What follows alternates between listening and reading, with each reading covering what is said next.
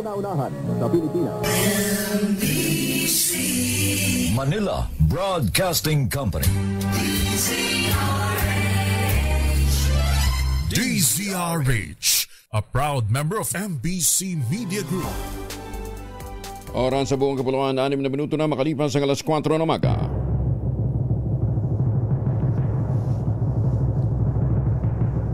And the Golden Dove for Best Science and Technology Journalist goes to Angelo Palmones, DZRH. Ito na ang 28th KBP Golden Dove Awardee, Best Science and Technology Journalist, si Angelo Palmones sa Magandang Umaga, Pilipinas. DZRH, Magandang Umaga, Pilipinas, sa DZRH Radio, DZRH TV at DZRH Online. Kasama si Kuya Angelo Palmones. Magandang Umaga, Pilipinas. Lunes na naman po tayo ngayon. Unang lunes po ng October 6, 2025. Sa ulo ng ating mga balita, Pangulong BBM pinatitiyak na airtight ang kaso laban sa mga sangkot ng flood control scandal. Senator Ping Lacson magre-resign bilang chairman ng Blue Ribbon Committee. Senator Chis Escudero pinadalhan na ng show cause order kaugnay ng 30 million pesos na tinanggap na campaign donor mula sa isang kontraktor. OCD tiniyak ang tulong ng gobyerno sa mga apektado ng bagyo at lindol. Higit naman 300 estudyante stranded sa Masbate State University dahil sa bagyong Opong at malakas na lindol. Bagyo sa silangan ng bansa, nagbabadyang pumasok ng Philippine Area of Responsibility, tatawagin sa pangalang Kedan. Kasama natin ang buong radyo natin FM nationwide, ang ating action radio station sa Luzon, Visayas at Mindanao. 91.7 FM radio sa Cebu at 94.3 FM sa Jensan. Bagong balita, bagong impormasyon. Kasama si Kuyang Angelo Palmones. Magandang umaga, Pilipinas!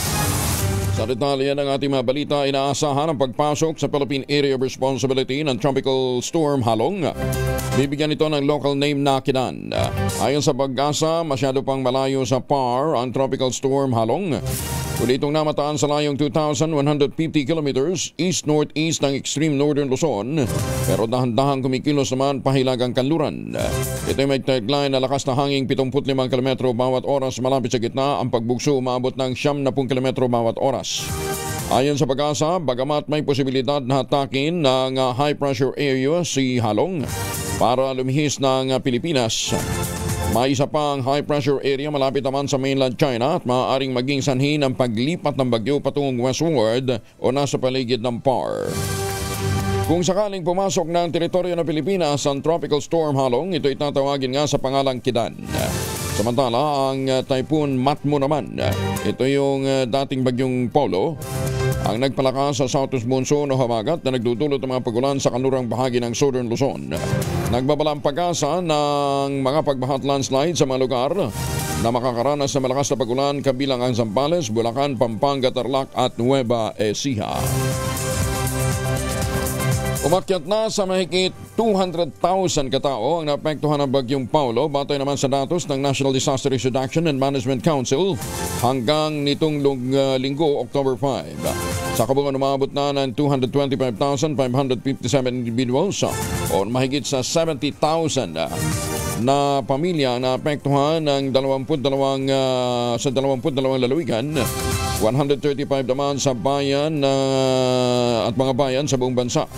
Nagpatupad na ng preemptive evacuation ng gobyerno sa Regions 1, 2 at 3 kung saan 6,500 individuals ang inilikas habang mahigit 20,000 katao ang hindi pa rin nakababalik sa kanilang mga tahanan kung saan 8,500 mahigit ang nakatira sa mga kamag-anak o mga kaibigan, mahigit naman sa 11,900 ang mga nasa evacuation center. Wala pang naitatalang nasawi o nasugatan. Magandang umaga, Pilipinas! Isa na pong severe tropical storm ang bagyong Halong na nasa labas pa rin ng PAR. Tiniyak naman ng Office of Civil Defense na hindi pa babayaang maapektuhan ang mga naapektuhan ng nagdang bagyo sa kabila ng pagtugon sa epekto naman ng malakas na lindol sa Cebu. Ayon sa OCD Deputy Administrator na si Rapi Alejandro, habang nirerespondehan ng Cebu, nagpapatuloy din ang pagresponde sa Masbate at iba pang malalawigan tinamaan ng bagyong Opong. Yan din ang Northern Luzon na naapektuhan naman ng bagyong Nando at Mirasol. Git ni Alejandro, tinututukan din ng DSWD ang pamamahagi ng food supply sa mga apektadong residente. Sa ngayon na niya, nananawagan ang LGUs na agarang housing support o pag-alalay para sa mga magsasakang lubhang na pinsala. Immediate housing support, no, housing materials para maayos yung mga bahay, mga kabahayan nila kasi medyo maraming nasiraan na mga bahay because of the strong winds. So kailangan din po magbigay tayo tulong doon sa mga farmers, kailangan mabigyan na sila ng sapat na tulong ng DA para ma-rehabilitate or maayos uli yung kanilang mga agriculture activities. Higit naman sa 30 estudyante ang stranded sa kanilang dorm sa Dr. Emilio Espinosa Senior Memorial State University of Agriculture and Technology dahil sa pinsala ng bagyo at lindol sa Masbate. Ayon sa DMESCAT President na si Dr. Arnel Milieska, hindi na pinauwi ang mga estudyante dahil sa bukod sa walang maayos na transportasyon sa lalawigan, napinsala din ang kanilang mga bahay. Tiniyak naman ni Dr. Milieska na maayos ang kalagayan at seguridad sa naturang school campus para mapangalagaan ang kapakanan ng mga mag-aaral. Nasa 339 na students po ang stranded dito kasi yung iba po hindi na pinauwi ng mga magulang nila kasi nakadapa din yung kanilang mga bahay. At problema po yung pagbalik nila dito, particularly yung pamasahe. Mostly po sa Ticao, sa Burilas, yung pinakamalalayo sa Kataingan, Placer, Palanas, Kawayan, Uson, yung mga minalayong bayan po ng probinsya ng Masbate. Kaya mas minarapat po nilang magstay na lang po dito sa loob ng school.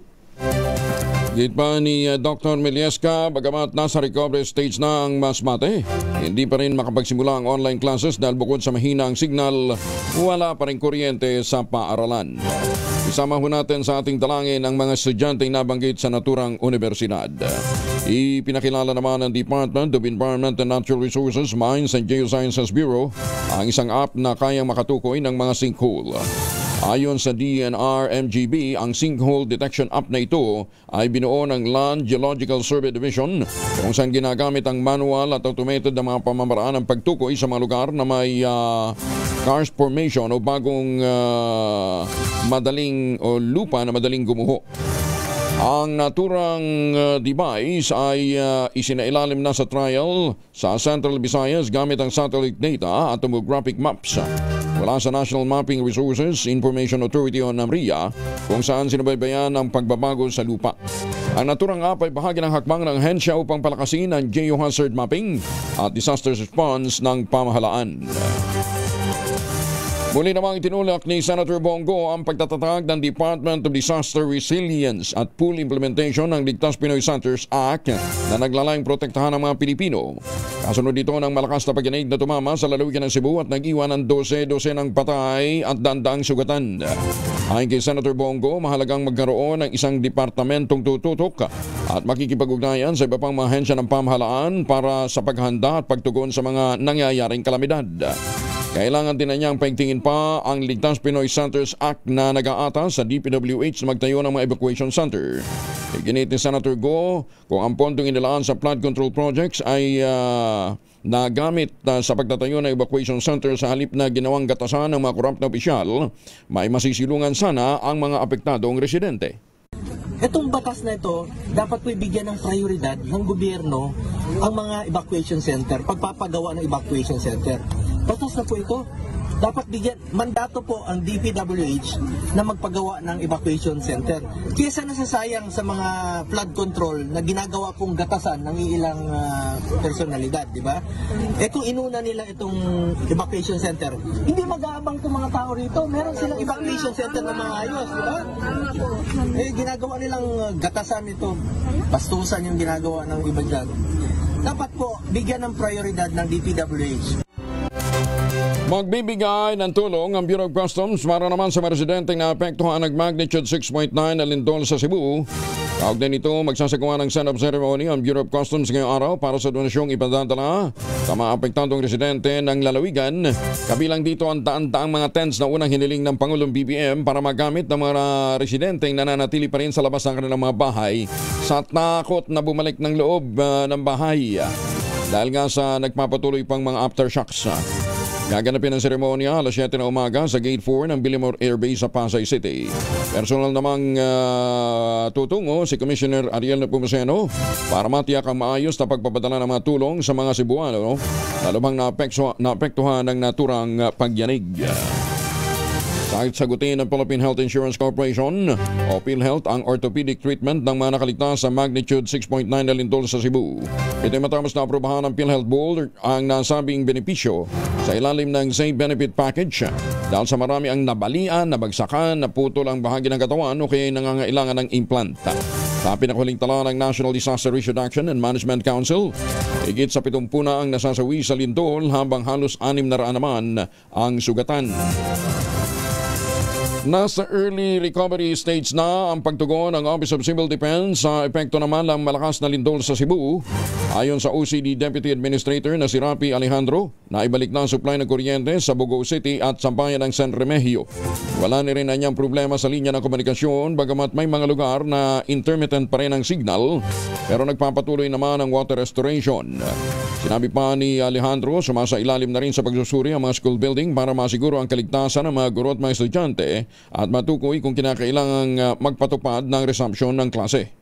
Ang isa pang tinututukan natin ngayon with DPWH is yung matapos na yung assessment sa mga school buildings around Cebu, hindi lang doon sa northern part, even sa other areas kasi in the next few weeks baka pwede na pong bumalik yung face-to-face classes, no? We have to ensure na safe yung mga eskwelahan natin.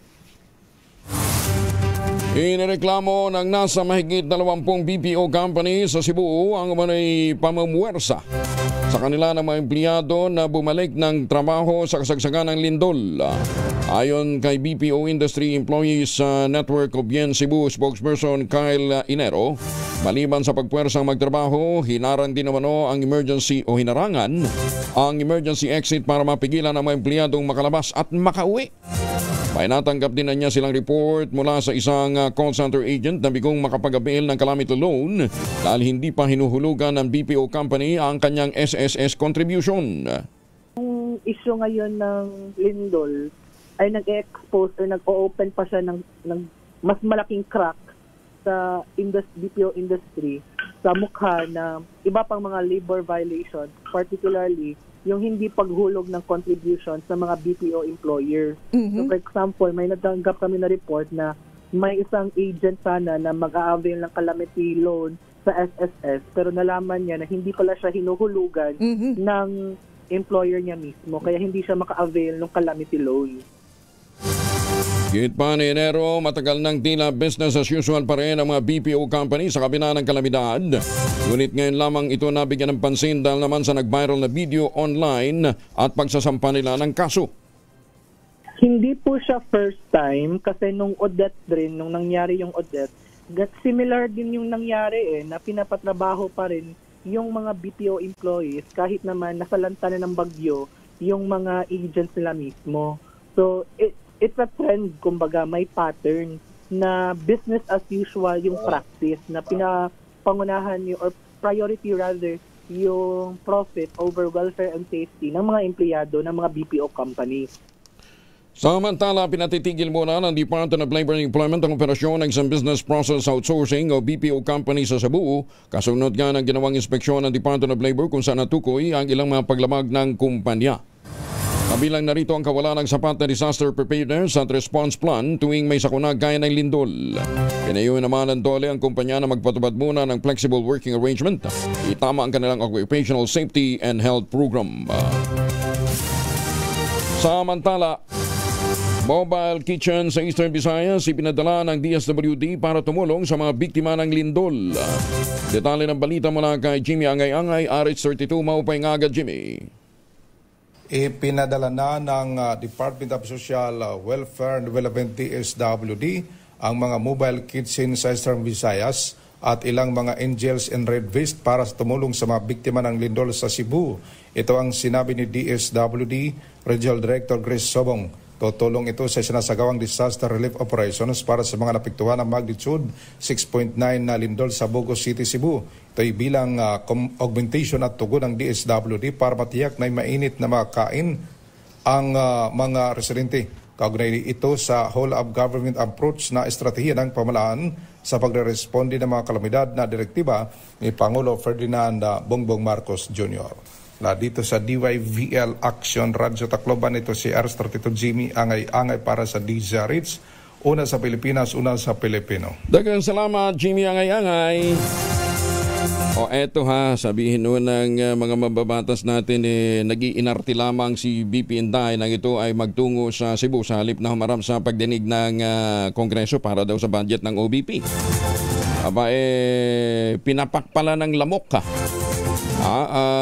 Tinadtad ng kagat ng lamok si BP Inday Sara nang magtungo ito sa Cebu, matulog sa isang kubo sa isang report sa bayan ng Medellin sa Northern Cebu. Walang kuryente, walang tubig para lamang po makapag-usap na makaharap yung mga biktima at magpadala ng tulong sa mga naapektuhan ng malakas na pagyanig. Walang tubig at walang maayos na kondisyon, katulad din po ng nararanasan ng mga residenteng naapektuhan ng pagyanig. Ayan natulog daw po ito para maging presko naman, natulog po siya sa balcony area. Kaya doon pinapak siya ng lamok. Magandang umaga, Pilipinas! Mga mamis, pwede pa rin tayo mag-laundry day today ha. Kung ka ba kapag makapit, madikit at malupit ang mancha, all you need is Pride. Ba't mapahirapan ang self-con sa Pride? Easy at worry-free naman ang laundry. Sa triple stain away formula, tanggal ang matitinding mancha based on tense at chocolate, mud and seven and cotton. Gawa po ito ng ACS. Bagong balita, bagong impormasyon. Kasama si Kuyang Angelo Palmones. Magandang umaga, Pilipinas! 23 makalipas ang alas 4, pinalakas pa ng Bureau of Customs ang kanilang serbisyo sa publiko sa pamamagitan ng patuloy na pag-streamline ng mga proseso sa feedback ng mga kliyente upang mapabilis ang resolusyon ng kanilang mga concerns. Ito'y batay na rin sa direktiba ng Pangulong Bongbong Marcos na higit na gawing responsive ang governance o magkaroon ng responsive governance alinsunod sa Republic Act 11032 o Ease of Doing Business and Efficient Government Service Delivery Act of 2018. Sa ilalim ng inilabas na memorandum ni Customs Commissioner Ariel Nepomuceno, lahat ng tanggapan at mga daungan ng BOC ay inaatasang unahin ang agarang aksyon at pagresolba sa reklamo ng mga kliyente na inendurso sa pamamagitan ng Public Information and Assistance Division o PIAD.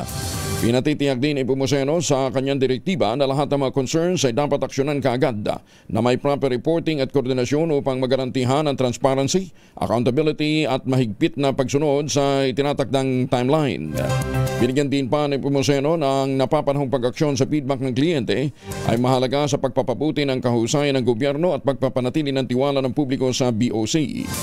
Giginit pa ni Nepomuceno ang inisyatiba ay magbibigay din ng pangako o pagbibigay din sa pangako ng ahensya na maghahatid ng mahusay na serbisyo sa pamamagitan ng pagtiyak na ang mga reklamo ng publiko ay agad na naaaksyonan. 24 makalipas ang alas 4, nagpulong sina Philippine Agriculture Secretary Francisco T. Laurel Jr. at Japanese Minister for Agriculture and Fisheries Shinjiro Koizumi sa sideline ng 47th ASEAN Agriculture and Forestry Ministers Meeting. Tinalakay nila ang mas malalim na bilateral cooperation sa agrikultura, pinahusay na kalakalan, palitan ng teknolohiya at pangmatagalang hakbang. Pangunahing tinututukan sa bilateral na pag-uusap ay ang agricultural exports ng Pilipinas sa Japan. Hiniling ni Secretary Laurel ang mas pinahusay na market access ng Philippine Pomelo at muling iginiit na matagal na ang kahilingan ng bansa para alisin ang taripa sa mga sariwang saging na kasalukuyang napakataas aba 18% pala yung tax na binabayaran doon. Ano ha? Sa kabila ng pagiging pangunahing supplier ng saging sa Japan, bumagsak naman ng 75% ang market share ng Pilipinas nitong 2024 mula 94% noong 2023. Natanong din ang kalihim sa news conference kung napag-usapan ang issue ng taripa sa Philippine banana at sinagot nga ni Secretary Laurel na ito ay kasama sa kanilang bilateral meeting. Nangako naman ang ministro ng Japan na si Minister Kaisumi na titingnan niya ang naturang kahilingan at sinabi niya pang napakasigasig ng Pilipinas na isulong ang naturang paraan para mapaganda ang banana industry. Si Koizumi ay may malaking impluensya sa nangungunang Liberal Democratic Party at ayon sa Mainichi Shimbun Survey ay pangunahing pinagpipilian ng ilang mga nag-aambisyon namang papalit sa Prime Minister at LDP President na si Shigeru Ishiba na bumaba naman sa pwesto. Magandang umaga, Pilipinas! Higit sa 100,000 pisong halaga ng shabu na sabat, 6 na suspect na ang arestado naman sa Bataan. Detalye ng balita mula kay Danny Kumilang, RH37. Danny, good morning. Danny? Ay, naghang si Danny. Nag-birthday lang si Danny Kumilang, naghang na yung linya, ha? Oo, ha? Sandali lamang, ha? Belated happy birthday kay Danny Kumilang. Kahapon pala siya birthday, no? Kaya pala may palmosal ito ngayon, ha? Ganyan din sa misis niya si Marivic Alvarez at anak na si Milky Kumilang. Lupit, ha? Sabay-sabay silang nag-birthday, ha? Ayos, ha? Happy birthday. Ngayon ang birthday. Magkakasunod. Yan magandang birthday, Malu Cabral, di ba? Oo, libre.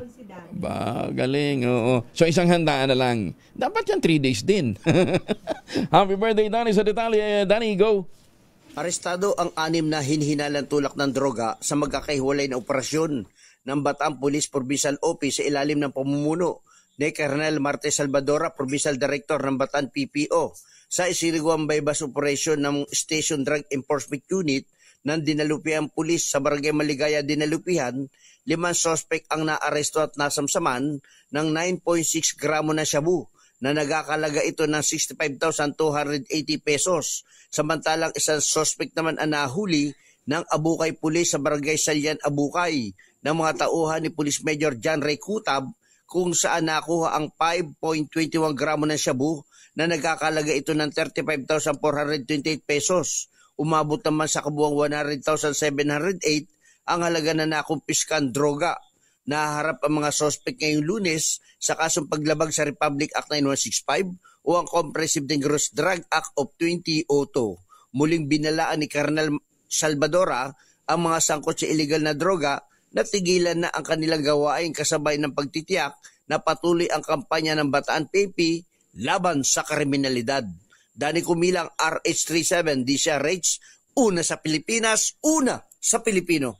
Maraming salamat, Danny. Magandang umaga, Pilipinas! 28 na makalipas ang alas 4, mga misis. Amoy araw si Mr. pag-uwi galing ng trabaho, ang Italian sa germ sa katawan nila. Para labanan ang amoy araw at may pawis, kumamit ang Shield Bath Soap regularly. Unbeatable ang Shield sa paglaban sa germs versus another brand may shea butter. Pampalambot ng kutis sa presyong abot kaya $12.50 SRP. Kaya naman recommended ito ng Philippine Nurses Association. Kaya mga misis ay challenge yung subukan ng Shield Bath Soap. Galit sa sakit, may malasakit, sulit na sulit. Bagong balita, bagong impormasyon. Kasama si Kuyang Angelo Palmones. Magandang umaga, Pilipinas! Sa iba pang mga balita, 2 high-value individual drug suspect naman arestado sa bypass operation sa bayan ng Bani sa Pangasinan. 816,000 pesos na laga ng shabu ang nakumpiska.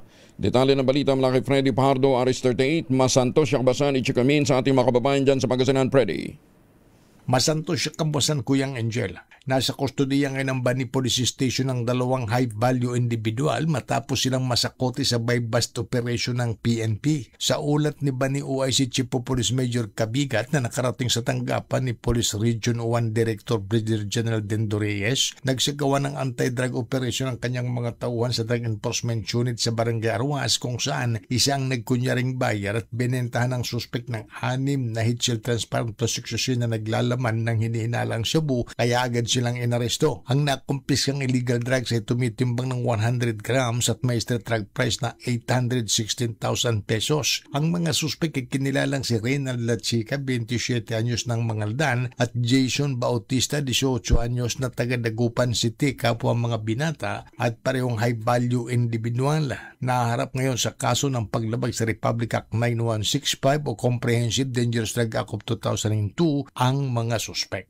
Mula sa Action Radio Pangasinan, ito si Freddy Pajardo Aris 30 nag-uulat para sa DCRH, una sa Pilipinas, una sa Pilipino. Magandang umaga, Pilipinas! 31 na makalipas ang alas 4 na umaga, may buntag sa matig pambinaw nato niya sa Sugbo. May ngaga sa mga uturanda na sa Negros. Buenos dias, Zamboanga. Evan lang dyan po sa Las Vegas, Nevada. Good morning, ma'am.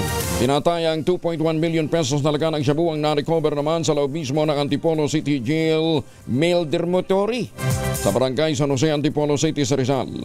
Kasunod dito na ikinasang Oplan Linis Pita ng Bureau of Jail Management and Penology, Antipolo, sa lahat ng mga dormitoryo.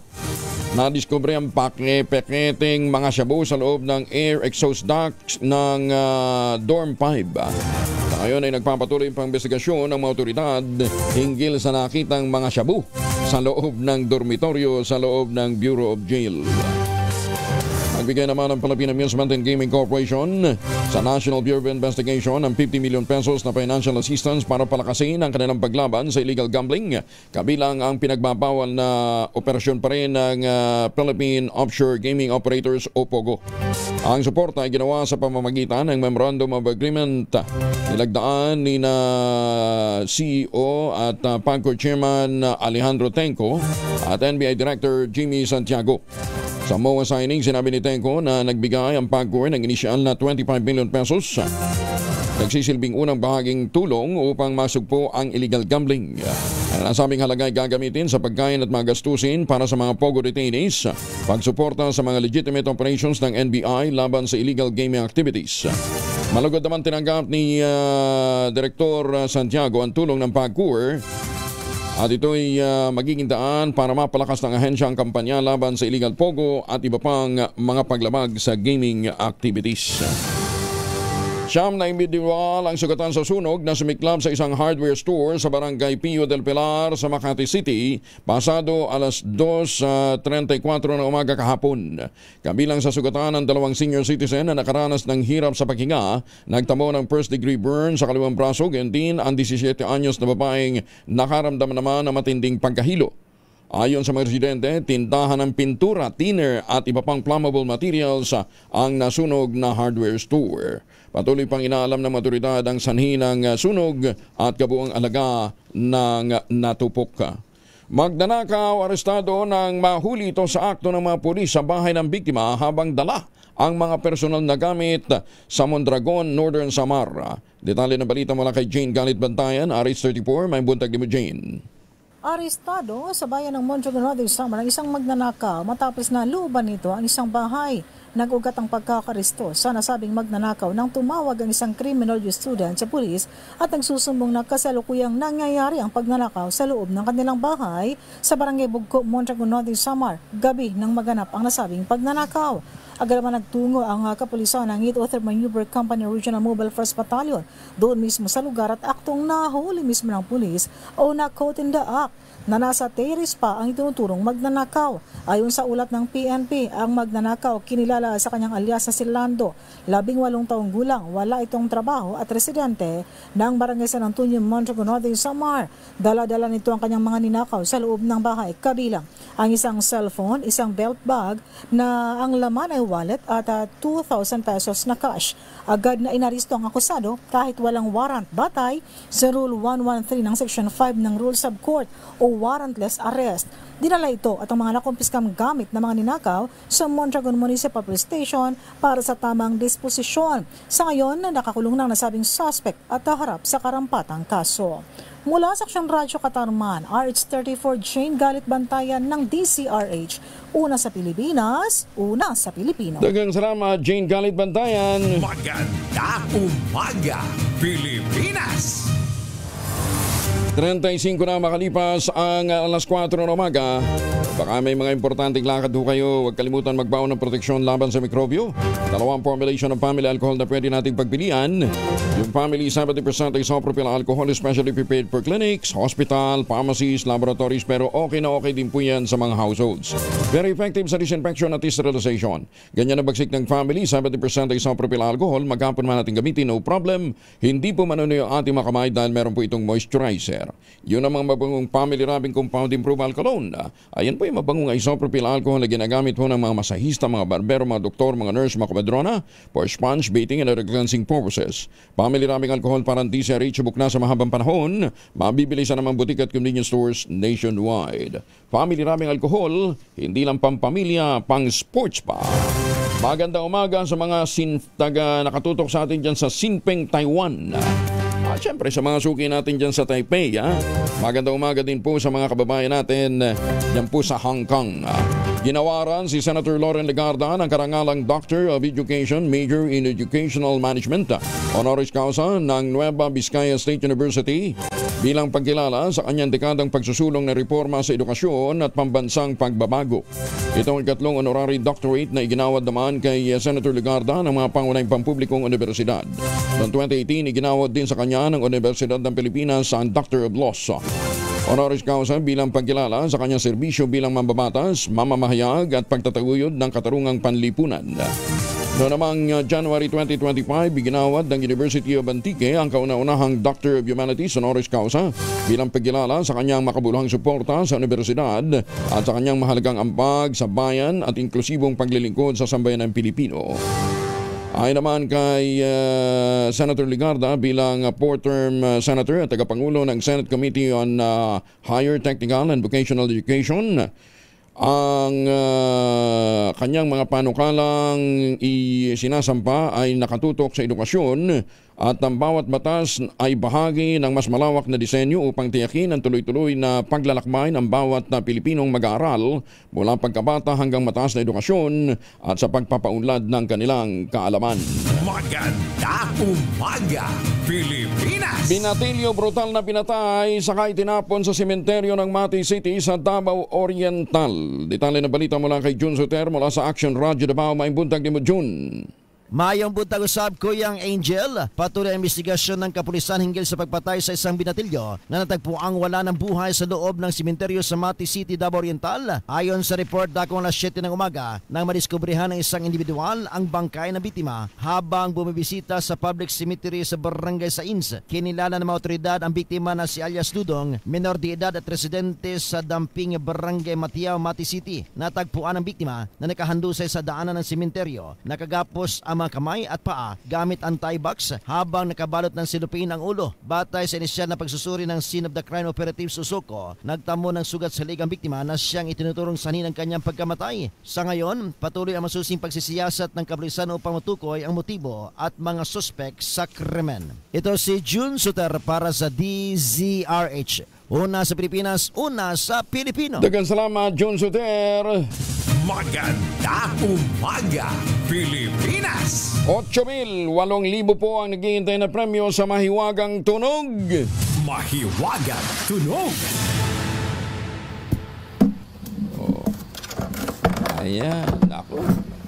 Yung isang item, siguro yan dapat na i-donate ng ating mga response teams yan po sa lugar na tinamaan po ng malakas na lindol. Ang hinahanap po natin ay isang bagay na idinidikit. Yan, Saan kaya naman idinikit? Basta yan, magagamit ho ninyo pagka panahon na kinakailangan natin ng emergency.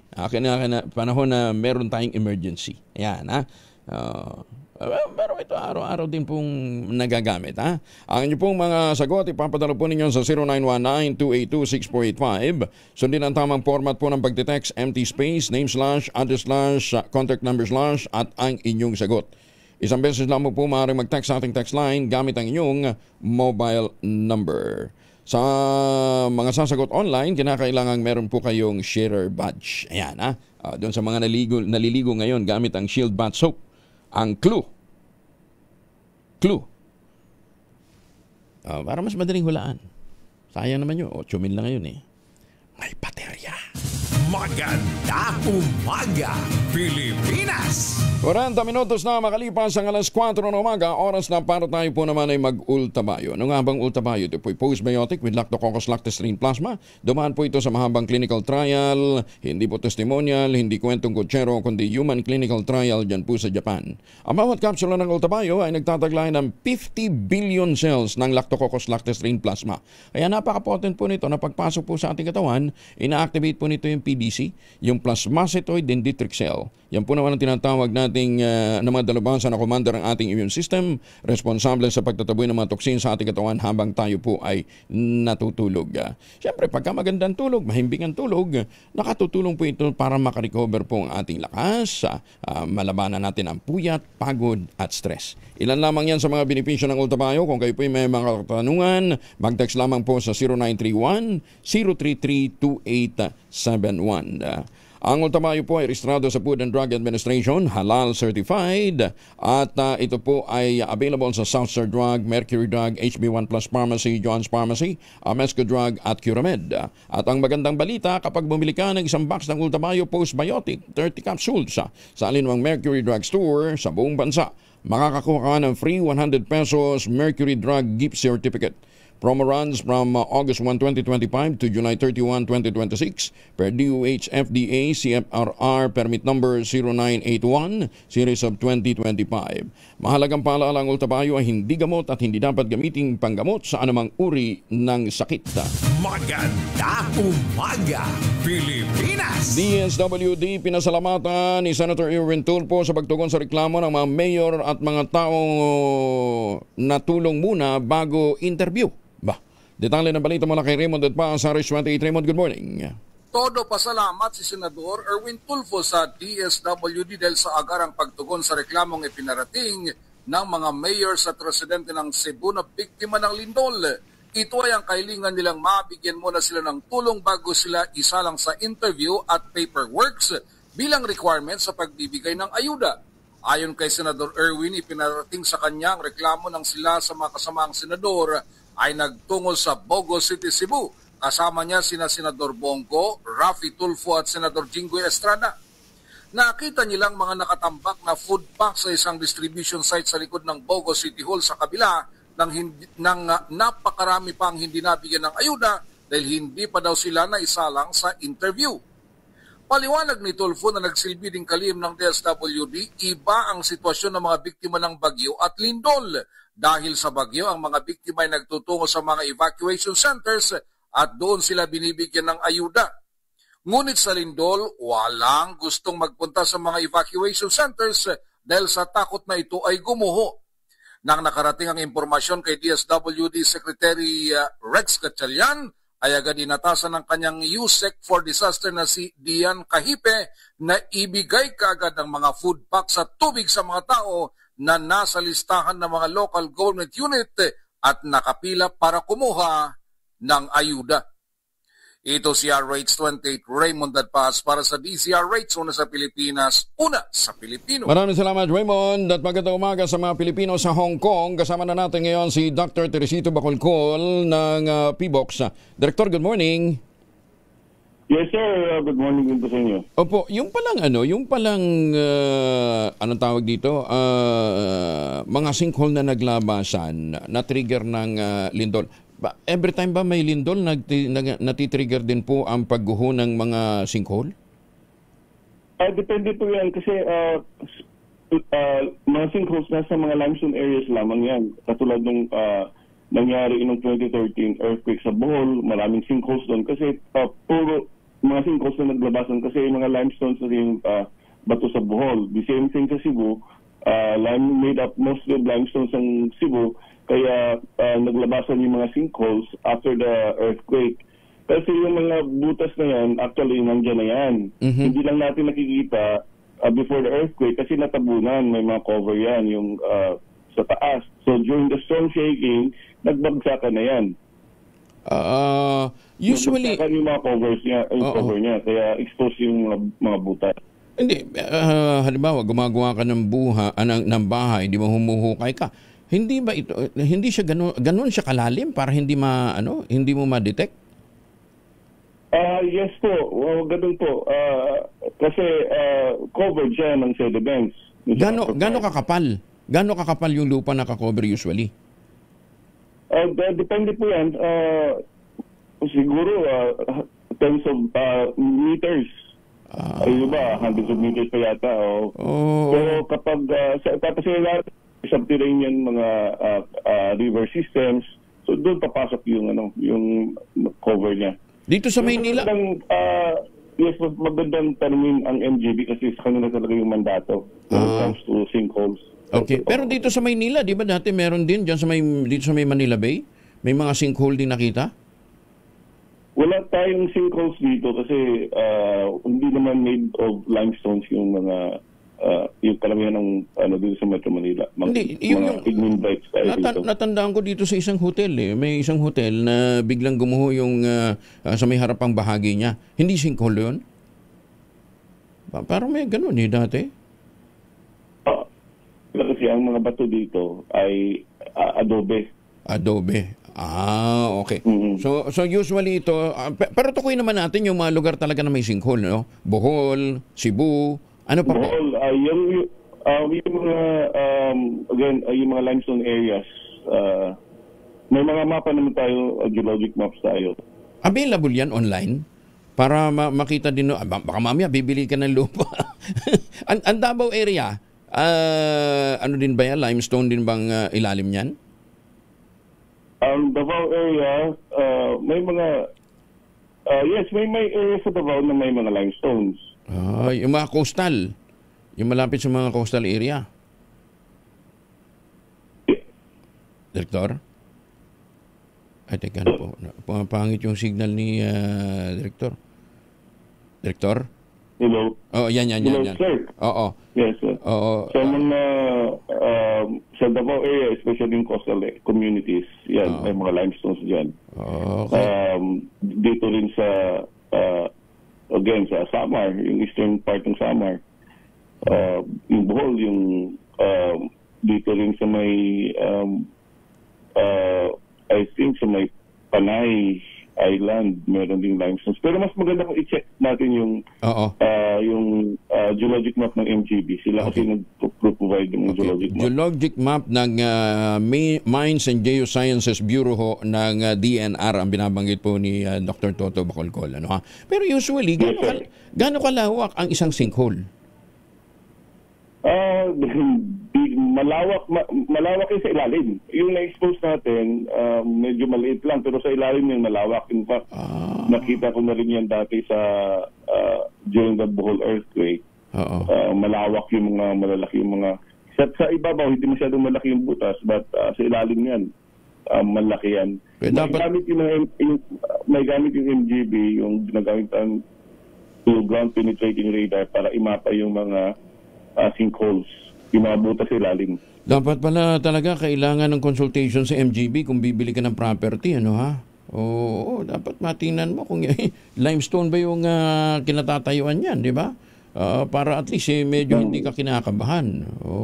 Pero wag ko kayong sabihin nyo hindi ito peculiar sa Pilipinas. Maraming panig ho ng mundo, na basta may limestone formation ang lupa, meron ho silang sinkhole na may mga nangyayaring pagguho din ng lupa na natitrigger po ng sinkhole. Doc, eto pa. Meron din daw naglalabasang mga doomsday fish, hindi lang naman sa Pilipinas kundi sa maraming panig ng mundo. May science ba ito? Is there a story about itong or fish ba ito? Or fish? Okay, yung or fish, palagi lang ina-attribute yan sa lindol, pero hindi po kami naniniwala dyan. Yung mga this is not scientific, so yung unusual animal behavior, yung iba nga may nagsasabi pa na yung before the September 30 maging 6.9 earthquake in Cebu, naglalabasan yung ibon, may mga videos pa silang pinapakita, but the thing is wala kasing scientific basis yan. Pwede namang nagkataon lang. Yung ibang sinasabi, kaya pala tahol yung aso namin, lilindol pala. So kahit naman walang lindol, tumatahog talaga yung aso. So wala pong scientific basis talaga. It's always on the hindsight. Sa kanila lang ina-attribute yung unusual animal behavior kapag nangyari na yung paglindol. Ayun, So, Oo. Kasi nga daw po, for the past 20 days, ang daming oarfish na nakikita sa iba't ibang bahagi ng mundo. Kaya nga ang tawag daw nila dito ay doomsday fish. Ano? Meron din sighting sa India, Australia, New Zealand at California. Australia at New Zealand, pareho din po itong island na madalas natamaan din ng lindol. Di ba? Basta't may bulkan, may lindol. Di ba? That's right. Kaya nga, minsan kasi, halimbawa, naglalabas yung oarfish, wala naman nangyayari. So, again, it's always on the hindsight. As nasabi nila, kaya pala itong hayop na to, kasi lilindol pala. Okay. So, mahirap kasi yung, it's walang scientific basis. May sighting ng oarfish o wala, kinakailangan maghanda araw-araw. Ugaliin ho natin, develop ang mindset ng preparedness. Sabi nga natin, basta ako, Dr. Toto, ang isang talagang ina-advocate ko, dapat araw-araw, anywhere, hindi lang araw-araw, minuto, oras-oras, meron kang baong whistle. Ituro ho natin yan sa ating mga bata. Yan, dapat. Bakit importante ang whistle, Dr. Toto, as a tool for preparedness? Para lalo-lalo na pag-develop ng mindset ng kahandaan sa mga kabataan. Well, importante yan, lalo na kapag, nandun kasi ilalim ng nag-collapse yung ceiling, tapos hahanapin ka, you can use that to locate, for people to know where you are, yung position mo. And it's also, whistle also, hindi lang sa lindol. It's also, for example, mag-hold up ka. Tapos, pwede mong gagawin niya to attract attention. Basta ganun po. Tsaka ang whistle kasi, pwede mong bitbitin anywhere. Kahit na hindi mo dala yung go bag mo, yung whistle pwede mong dalhin. Pwede mo ilagay sa bulsa. Kahit natutulog ka nga ilagay mo sa bulsa para accessible sa iyo. Para kung ano man mangyari, meron ka kaagad na magagamit na tool para humingi ng tulong. Dr. Toto, maraming salamat at sana nga yung hinihingi ninyong pondo para sa dagdag na hazard allowance ng ating pong mga taga-PBOX maibigay na. Sabi ko, laki-laki yung binibigay ho sa pondo para sa flood control, pero para sa modernization at saka sa benepisyo ho ng ating mga scientists natin sa PBOX pakiusapan pa, naninikluhod pa ang mga taga-PBOX para ho maibigay. Doc, ano ba, may pag-asa na ba? Yes, meron naman na. During the Congress plenary budget approval, tinanong kung bakit wala yung hindi nakasama doon sa NEP yung PBOX modernization. And sabi naman ni Congressman Amante, siya yung nag-defend sa budget namin. Kasi nga po, when the submission of budget was done, it was around March. Napagpakan yung May na. Pero pwede naman daw pag-usapan yan during the amendment. Ayan. So maihahabol natin, napakahalaga po nito, hindi po lamang para sa kapakanan ng ating mga scientists diyan po sa PBOX, but more importantly doon sa mga taong inyo pong pinaglilingkuran. Oy, teka muna, kumusta na ho si Taal? Ayoko itanong, ikot sa malo, kasi every time na tinatanong ko, para kung may balat sa puwit, di ba? Kumikilos naman. Pero kumusta na ho si Taal at saka si Canlaon? Yung si Taal, after the October 1 minor eruptions, hindi na po ito nasundan. Pero yung si Canlaon Volcano kahapon, nagkaroon ng activity. Umabot ng bandang 6 p.m. October 5 pala, nakapagala po tayo ng nagkaroon ng activity ang Canlaon Volcano kahapon. Umabot ng 500 meters yung at 8:23 a.m. umabot ng around 500 meters yung as emission activity niya, and it only lasted for 18 minutes lang naman. Okay. Pero smoke, lang naman walang phreatic reaction. Walang ganon. Wala naman. Okay. Wala naman. Okay. Doc, thank you Maraming salamat. Ingat po kayo. Magandang umaga. Maraming salamat. Si Dr. Toto Bacolcol, ang Executive Director po ng PBOX. Maganda umaga, Pilipinas! Bakit daw yung mga pusa direktang nakakainom? Kasi napansin nila doon po sa Bohol, yung may mga pusa direktang nakakainom ng tubig sa dagat. Pwede ho. Ang mga pusa ho talaga umiinom ng tubig dagat. Ano? Base ho sa mga artikulo mula sa cats.com at Pangobet, ang kakayang ito ay nag-ugat sa kanilang mga ninuno, ang mga African wildcats na nabuhay sa tuyong kapaligiran noong bihira pa ang freshwater. Meron din na niyang kidney ang mga pusa na may kakayahang makapagsala ng asin mula sa tubig alat. Ibig sabihin, kaya ng pusa na mabuhay sakaling tubig dagat lamang ang natitirang mapagkukunan ng maiinom na tubig. Gayunman, paglilinaw ng eksperto, survival mechanism lamang ito para sa mga pusa at hindi magandang healthy habit. Ayon sa mga veterinaryo, ang regular na pagkonsumo ng tubig alat ay maaaring magdulot naman ng dehydration, kidney strain at salt poisoning sa mga pusa.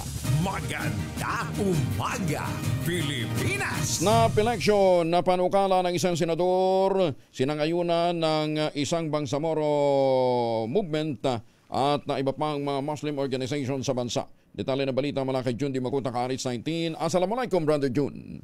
Alaikum assalam, Kuyang Angel. Sinasangayunan ng One Bangsamoro Movement Incorporated at ng mga allied Muslim organization sa Mindanao at sa buong bansa ang panawagan ni Senate Minority Leader Alan Peter Cayetano para sa isang snap election.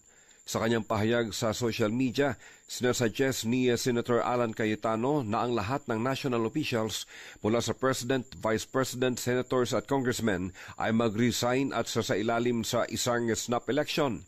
Kasama sa kanyang proposal ang crucial condition na no incumbent may run in the next election cycle. Sa kalatas na ipinadala sa DZRH ni One Bangsamoro Movement National President Maulana Alan Balangi, sinasabi niyang ang proposal ni Senator Alan Cayetano ay hindi mano isang destabilisasyon o chatrix, kundi ito mano ay tungkol sa prinsipyo. Kung ang tulad mano ni Senator Cayetano ay nawala ng tiwala sa gobyerno at sa kapwa government officials at ang lahat ng politiko sa bansa ay naging suspect sa anumang katiwalian, ang tunay na pagbabago ay magsisimula mano sa radical honesty. Ang panawagang snap election ay isa lamang manong magiging daan to restore legitimacy. Ito mano ay napapanahon para sa isang radical renewal upang mapanumbalik ang dignidad at hustisya sa bansang sinalaula ng mga leaders na nagpakasasa sa marangyang pamumuhay mula sa nakaw na yaman habang milyong-milyong Pilipino naman ang namumuhay sa kahirapan at kadustaan. Mula sa Mindanao, RH19, Jun Di Makutat, DZRH, una sa Pilipinas, una sa Pilipino.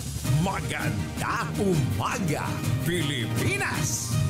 Tukran Jun, maraming salamat.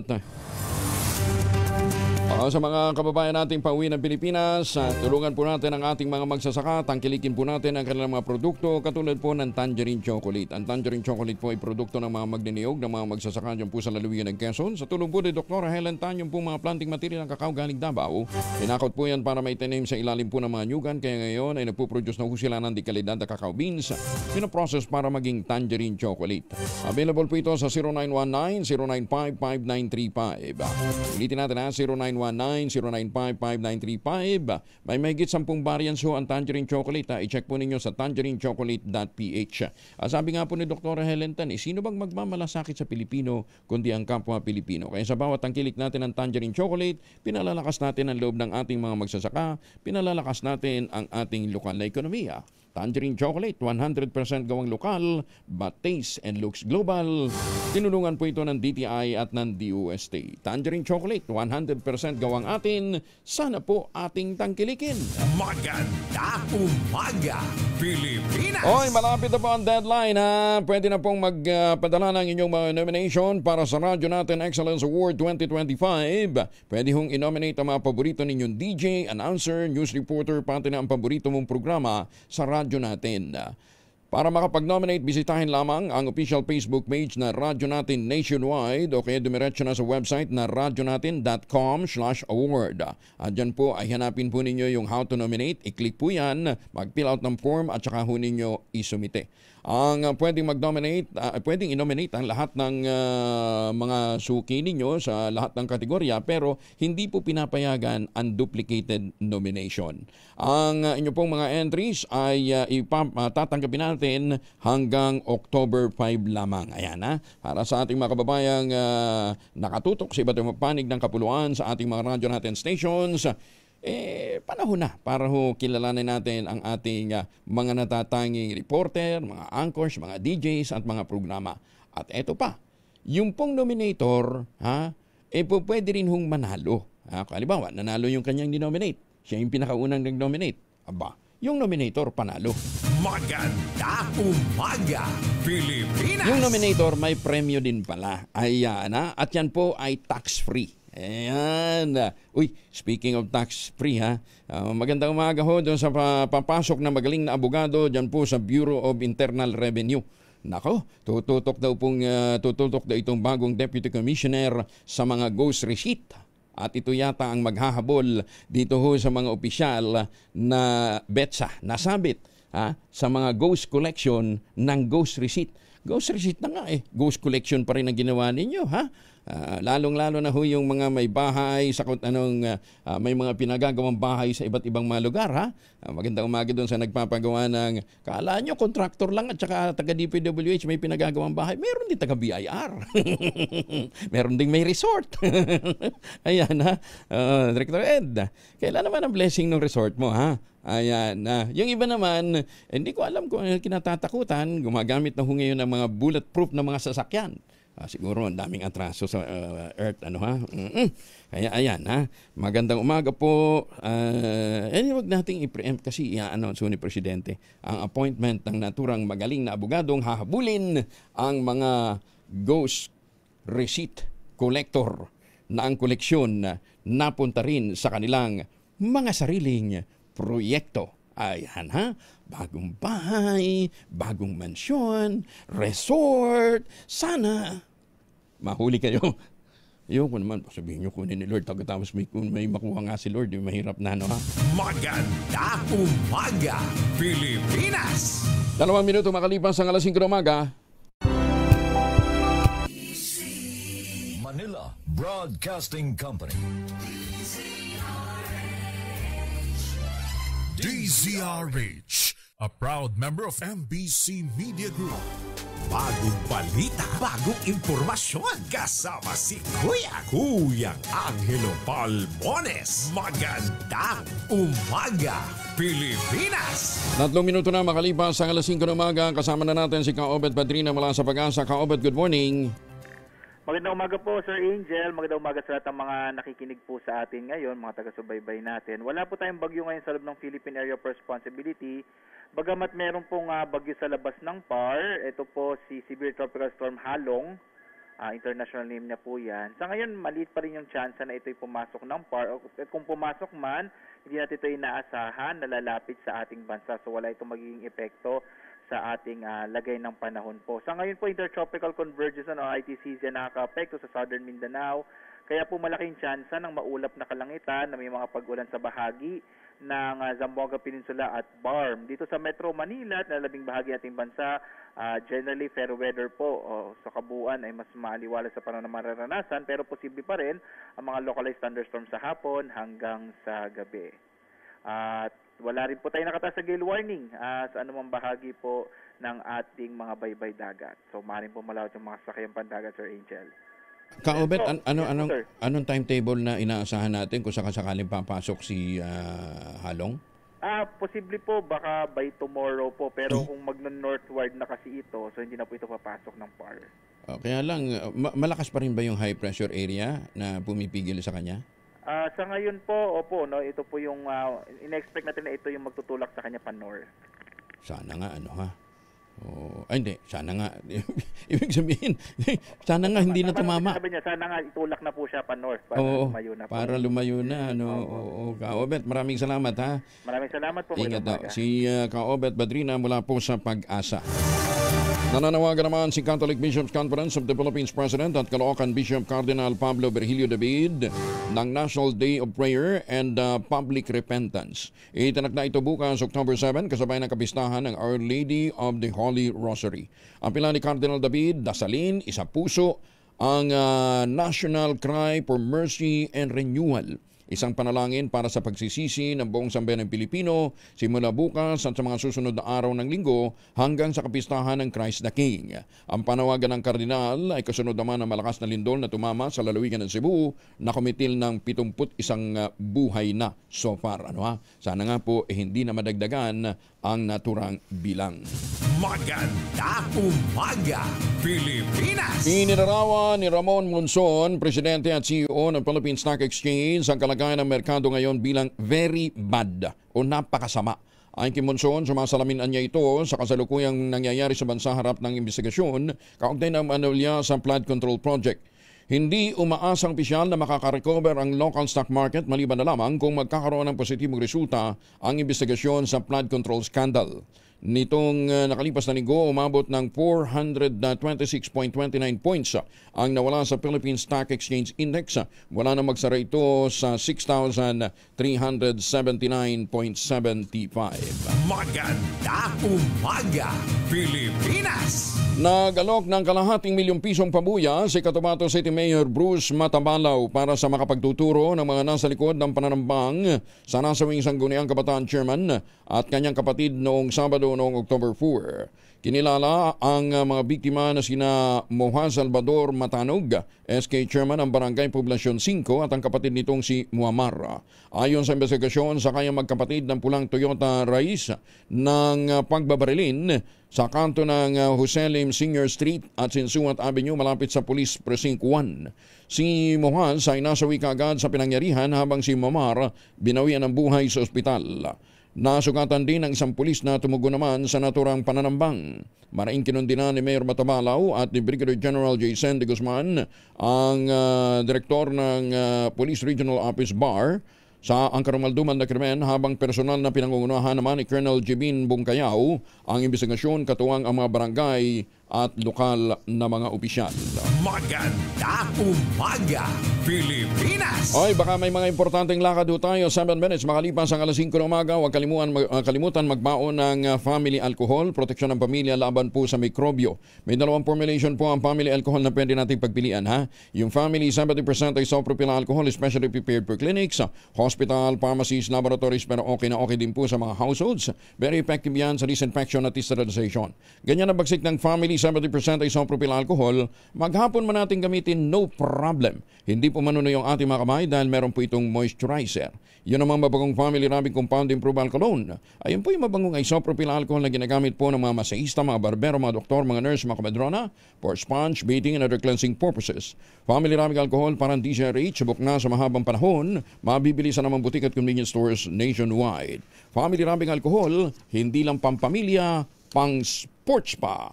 Bagong balita, bagong impormasyon. Kasama si Kuyang Angelo Palmones. Magandang umaga, Pilipinas!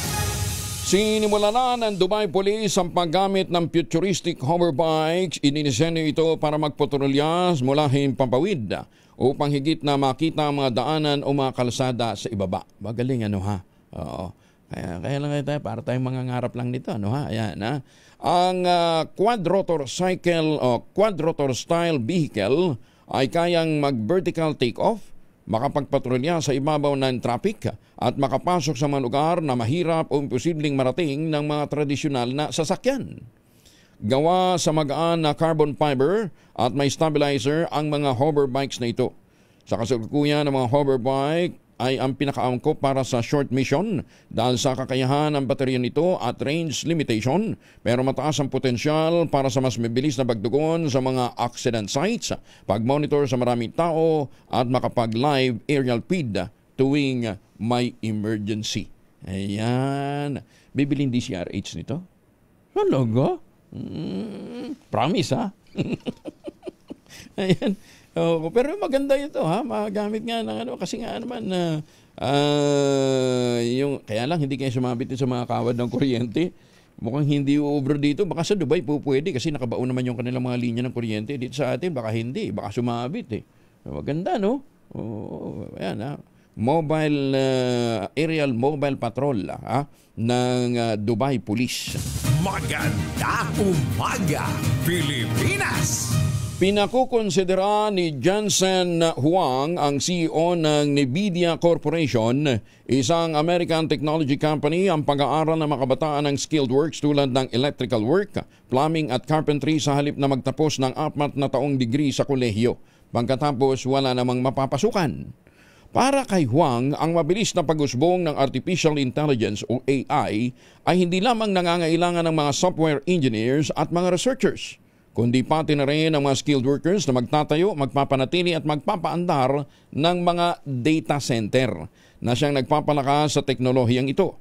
Punto pa ni Huang, ang patuloy na pagdami ng mga data center ay nagdudulot ng pangangailangan para sa mga manggagawa sa skill trade, katulad nga po ng mga plumber, electrical workers at mga karpintero. Ayan, ito yung mga yung mga skills na pinagsasawalang bahala ho natin, yung pala sa ibang bansa, ito na ho yung may mataas na demand dahil nga po sa pag-usbong ng AI.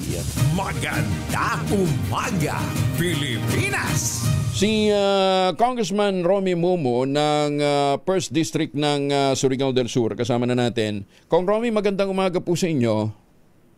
Good morning, good morning sa iyo, Kong. Good morning din sa lahat mong tagapakinig at tagapanood sa programa mo. Good morning po. Kong Romy, dito sa 2026 budget, wala nang pondo for flood control.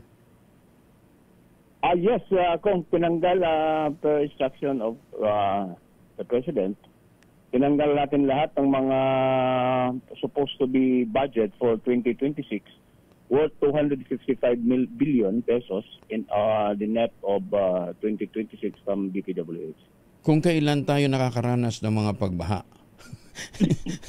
Yan nga ang medyo masaklap siguro pakinggan Kong, dahil ngayon nga dahil kailangan na talaga natin ito, pero of course dahil siguro sa public opinion na form dahil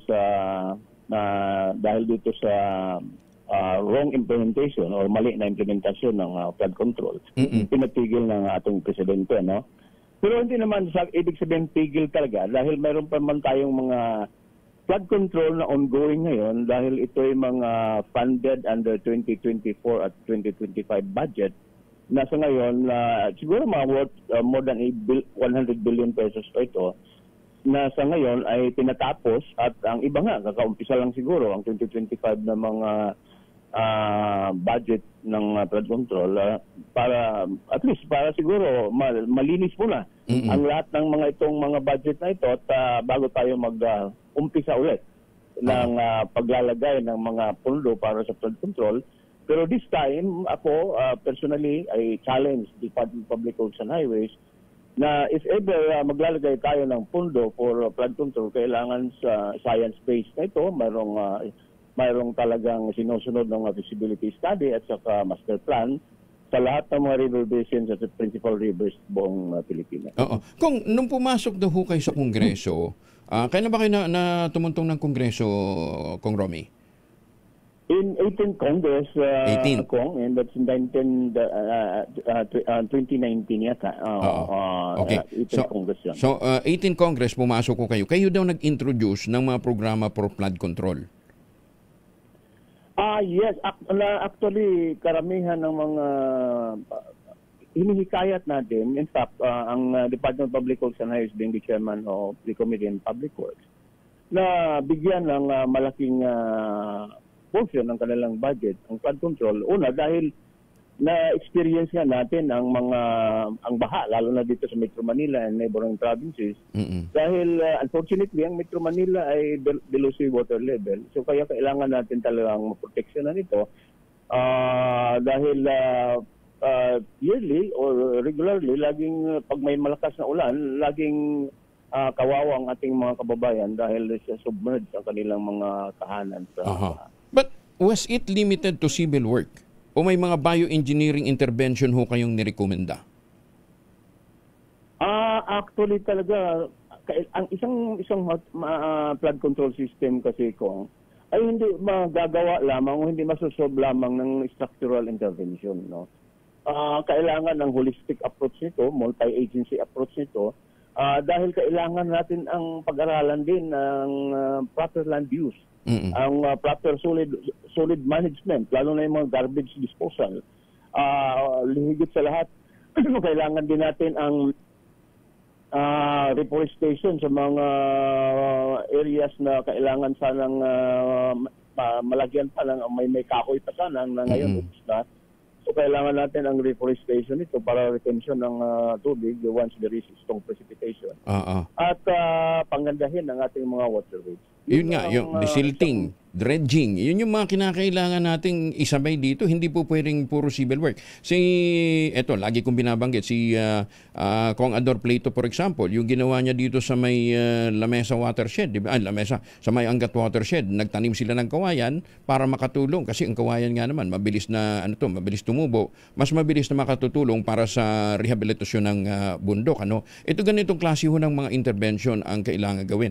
Pero doon ba sa mga funding natin for flood control for 2025, kasama ba doon yung dredging, reforestation, desilting? Kasama ba doon, Kong Romy?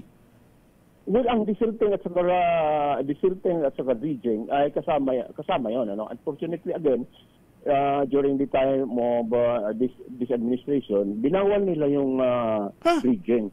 Which ako ay encourage sana na hindi talaga dapat dapat i-encourage natin yung dredging dahil i-increase natin ang capacity ng ating mga waterways.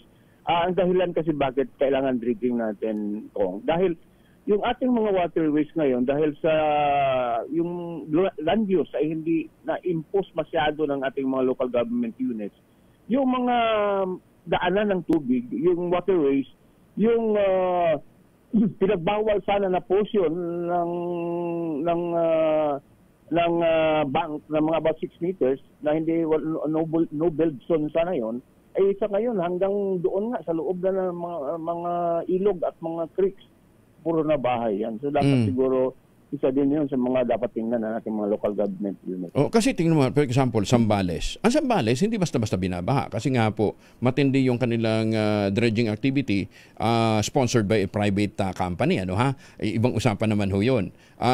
Ngayon, nag-uumpisa na rin dyan sa may bandang Pangasinan. Basta ang sinasabi ho ninyo, for as long as science-based ang isang dredging activity, wala naman tayong magiging problema. Yes talaga. Oo na talagang tama yun dahil kailangan mo lang i-increase ang carrying capacity ng mga waterways, di ba? Ang volume ng tubig na dadaan. Otherwise, just example, halimbawa ang Pasig River, ang capacity nito is 900 cubic meter per second lang. Anything na sobra dyan, mag-overbank yun. Ibig sabihin, lalampas ng bank yun. So saan pupunta ang tubig? Ibig sabihin, hindi babaha ito sa mga kabahayan kung mag-overbank.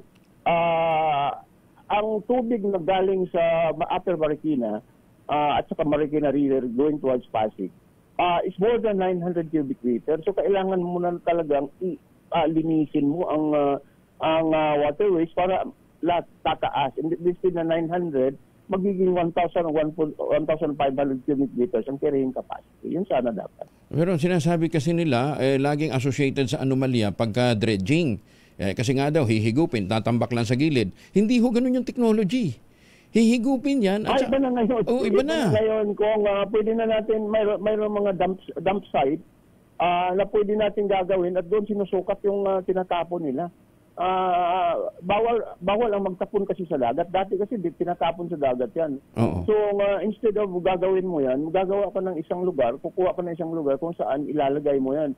Panambak yan at the same time, masukat mo, magiging panambak yun sa area na yan at masukat mo yung area na kung saan dinadump, binababa yung dredge materials. So kahit sa 2026 budget, wala na tayong pondo for dredging? Wala tayo. Pero fortunately, mayroong pondo na bibili ng equipo ang mga Department of Public Works and Highways para magamit sa dredging. Na noong nakaraang mga budget, tinanggal yun. So dapat sana i-maintain, ituloy natin, kaya sinasabi ko sa kanila dito, sa Congress, huwag natin yung funds intended for the purchase of dredging equipment para magamit ng Department of Public Works and Highways ang equipment na yan. Sinong bibili? DPWH o LGU? Actually, ang DPWH. At sila din ang magdi-deploy. May isa silang bureau of equipment. Sila kompleto sila ng tao. May mga train sila. In fact, marami silang equipment ngayon. Pero ito ay nilalagay nila sa buong Pilipinas, no? Na-assign ito sa mga river system sa buong Pilipinas. So, dagdagan lang natin dahil kulang talaga ng equipment yan. Bakit daw hindi natin magaya yung sa Hong Kong? Nakita natin, bumaha ang Hong Kong dahil dumaan yung bagyong nanggaling ng Pilipinas, pumunta din sa Hong Kong. Lumubog din naman sila. Pero matter of 24 hours, na-address nila yung baha. Meron daw ho silang tinatawag nila yung dambuhalang dragon, kung tawagin ho nila, na nagsasipon ng flood water. Iyan ho ba hindi natin pwedeng gawin sa Pilipinas? Well, actually, yan isang mixture ng isang successful flood control system kong. Ang isang flood control system naman, hindi ibig sabihin hindi bumabaha. Kung ang design kasi ng isang flood control system nasa 50 year return period lang, at pero ang ulan nasa 100, babaha talaga yan dahil mas malaki talaga ang buhos ng ulan. Pero pag once na bumaha yan, ang isang mga measure ng magandang flood control, mabilis ang pagbaba ng tubig. If you notice, Kong, ang UST area, Espanya, dati binabaha yan, 2 araw yan, 1 or 2 araw bago bumaba. Ngayon, mabilis na rin ang baba nito, no?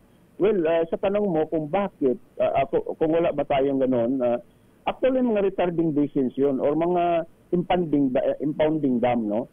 Katulad halimbawa, mayroon tayong ginagawa dito yung sa BGC, di ba? Sa BGC? Sa Global City, mayroon tayong I think about 6-story depth na lalim ng tubig kung saan doon muna ini-imbak ang tubig, doon muna nilalagay ang sobrang volume ng tubig bago ito pupunta ng creeks and rivers para hindi ito maka-overflow.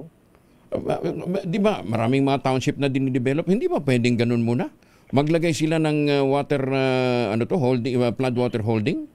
Actually, kung isa yan sa mga proposal ko na batas, na ang lahat ng mga gumagawa ng mga subdivision, halimbawa, ang isang subdivision, gagawa ka ng mga 100 hectares na subdivision, a certain percent of the 100 hectares subdivision will be made as an artificial lake, kung saan ang lahat ng mga runoff water, tubig na dahil nilabel mo yung area na 100 hectares for example, na yung 100 hectares na yan, mayroong mga natural funding areas yan. May mga malalim na portion na kung saan umulan, kung uulan, doon sila muna pupunta yung tubig bago ito aagos doon sa mga creeks and rivers. So, pero once na na-label mo ito, na-develop mo into subdivision, lahat ng mga natural funding areas ay mabubura, mawawala. No? So, kailangan maglagay ka ulit ng isang artificial lake or isang artificial area na gawin mong funding area ng mga tubig na run-off or kaya tubig na galing sa ibang areas na papasok doon sa subdivision. Actually, hindi mo nga kailangan discharge yun dahil pwede mong i-recycle yun, magamit naman for household use, di ba? Pwedeng i-reverse. In fact, sa Korea, may areas dyan na ginawa nilang isang tourist attraction dahil malinis ang tubig, nalilinis nila at doon nila ini-imbak. At a certain level, pag mataas na yung tubig, after the rain, after the flood, ito ilabas nila, no? Ipapump out nila. Pero mag-iwan sila ng tubig in a certain level na para magamit din as an attraction to sa mga tao na nakatira doon. Ano na status ng bill na binabanggit ho ninyo, Kong? Well, nasa Committee on Public Works yan, ay didiscuss namin kasi nakalabas na yun, nakaraang ng 19th Congress na dala na sa Senate. Unfortunately, ang Senate hindi na inaksyonan. So again, balik natin dito sa 20th Congress, subok akong mapabilis para mapakyat agad natin sa Senate. At I am requesting my counterpart in the Senate na sana mayroon din silang batas na para almost na parang parehas sa ating batas para mapabilis ang pagpalabas nila, pagpalusot, pag-approve nito. Who will burden the cost nung gagawing water impounding sa mga i-develop na subdivision, kung sakali?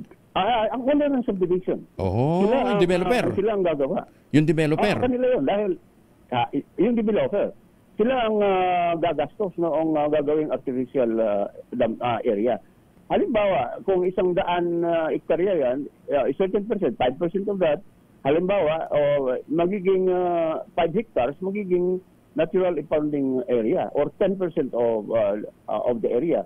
Pinaaral ko lang muna sa mga engineer ko o ng mga consultants kung mga ilan ang dapat ang ideal for that particular area. Ano yun? Sisimentohin din? Iko-concrete din? Or parang hukay lang siya na doon mag-iimbak ng tubig? Parang hukay lang yun. At pwedeng i-develop mo into around it, kung circular yan, pwede mong gawing jogging area yung katabi, isisimentohin yan, o esplanade, kung saan pwedeng during Saturdays and Sundays, pwede yung mga kabataan o mga pamilya na pwedeng di ba, pupunta sa lugar na yun. Murag ka nandiyan sa Santa Rosa? Yung, parang yung dyan sa Santa Rosa, Laguna, meron silang parang man-made lake doon? Yun ba yun? Parang ganyan, yes. At saka mayroon din sa yun, sa Santa Rosa. And then may ginawa din tayo sa Cavite area. So mayroon tayo, I think Amos yan kanina. It's part of the master plan kasi ng 2012 yung isang retarding basin sa Cavite. I think it's 50 hectares ang laki ng area. Kasi pag tag-init, problema tayo sa supply ng tubig kung may ganitong technology nga naman, diba, i-hold mo muna yung tubig, kung susobra, saka mo i-release. Diba? Kung hindi naman kinakailangan i-release, impound mo na para magamit for recycling, water recycling, diba? Ay, sus, may ginawa. Meron nga akong ginagawa rin batas, no, na magiging mandatory sa paggawa mo ng bahay, when you submit your plan to construct a house for approval sa mga building officials, kailangan a portion of it, mayroong parte, mayroong kasama diyan ang yung imbakan ng tubig. Halimbawa, mayroon kang isang imbakan ng tubig na galing yung ulan, na galing sa, of course, galing sa bubong mo, pupunta doon sa imbakan ng tubig na yan, ano? Ay, assuming nga, kada bahay mayroon ka lang 2 cubic meter or 3 cubic meter na imbakan ng tubig during sa ulan, no? Ay, yung 3 cubic meter, meron kang 1 milyon na bahay, ano, na ginagawa. Sa 3 cubic meter times 1 million, that's 3 million cubic meter ang tubig na pinasok mo muna, na hindi mo na pinabayaang mapunta doon sa mga kanal ni Skiros para makadagdag pa doon sa mga baha. So, naipasok mo muna sa mga imbakan, natural na mga imbakan na yan, part of your house, na magamit mo after the rain, magamit mo pagdilig ng mga sasakyan o kaya pandilig ng mga halaman. Actually, hindi na ito bagong technology. Ginagamit ito sa India. Di ba? Yung household-based water impounding. Talaga dapat. Gawin lang mandatory. Kung gawin lang mandatory, ibig sabihin bawat bahay, bago ka mag-approve, pa-approve lang yung building permit, kasama na yan doon sa plano na yan. Baka po pwede natin i-submit sa Presidente as a priority measure, Kong. Diba? I mean... yes. Nasa committee ko pa rin doon yan. At na-submit na din doon sa Senate nung nakaraan, pero hindi rin na-actionan. Bakit kaya hindi inaksyonan ng Senado? Diba? Anyway. I do not know. Siguro may mga priorities sila na mga gano'n. Pero ngayon, dahil ang counterpart natin ngayon ay si Secretary Mark Villar, ang counterpart natin sa Public Works and Highway. Baka may pasa na. Baka may pasa dahil alam na din niya ang mga problema sa flood control. Kong Romy, maraming salamat po. Good luck po sa inyo and thank you for the opportunity na makausap kayo ngayong umaga. Salamat po. Magandang umaga. Thank you po. Thank you for the time. Thank you so much. Si Congressman Romy Momo ng Surigao. Maganda umaga, Pilipinas! Alam ho ninyo kung sana yung flood control funds na yun ibinahagi, tapos kasi mandatory nito, i-distribute yun sa mga magpapagawa ng bahay para meron silang augmentation sa pagpapagawa. Baka mas efficient pa eh. Di ba? Ma-address ho natin yung problema ho natin sa mga pagbaha. Maganda umaga, Pilipinas! Ay, sus, may ginawang buhay ito. Kaya sa mga kababayan natin pabalik ng Pilipinas, tingnan din ho ninyo yung mga oportunidad na makatulong ho tayo sa ating mga kababayan, lalong-lalo na pagtangkilik po ng ating mga lokal na produkto katulad po ng Tangerine Chocolate. Ang Tangerine Chocolate po ay produkto ng ating pong mga magnaniyog dyan po sa lalawigan ng Quezon, ng ating mga magsasaka. Sa tulong po ng Dr. Helen Tan, yung mga planting material ng kakao galing Davao, hinakot po yan para maitanim sa ilalim ng mga nyugan. Kaya nga nagpo-produce sila ng dekalidad na kakao beans, pinoprocess para maging Tangerine Chocolate. Available sa 0919-095-5935. Pero may mahigit 10 variants ho yan na po pwede ho ninyong i-check din sa tangerinechocolate.ph. Ang mga raw material ay galing din po sa ani ng ating mga magsasaka.